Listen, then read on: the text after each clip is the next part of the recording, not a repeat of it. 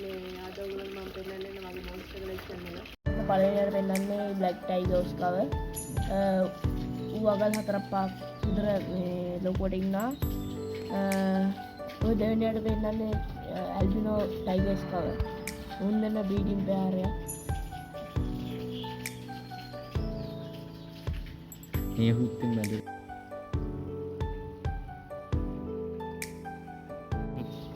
මේ ඉන්නේ ඉතින් මගේ පාගු මාළුවා. මූව මං ගෙනාවේ අගල් 3කට 4කට ආසන්න 2023. දැන් මූ අඩියකට වැඩේ ඉන්නවා. මේ තමයි මගේ දෙවෙනි මාළුවා. ඉතින් ගයිස් මේ ඉන්නේ මගේ දෙවෙනියා. මූ තමයි අඩියට ගා.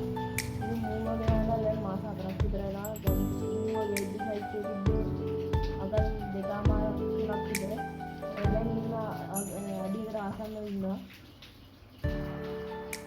මූ මාළු ගන්න වලට හුරු වෙලා ඉන්නේ. ඒක තමයි මේකේ තියෙන විශේෂත්වය.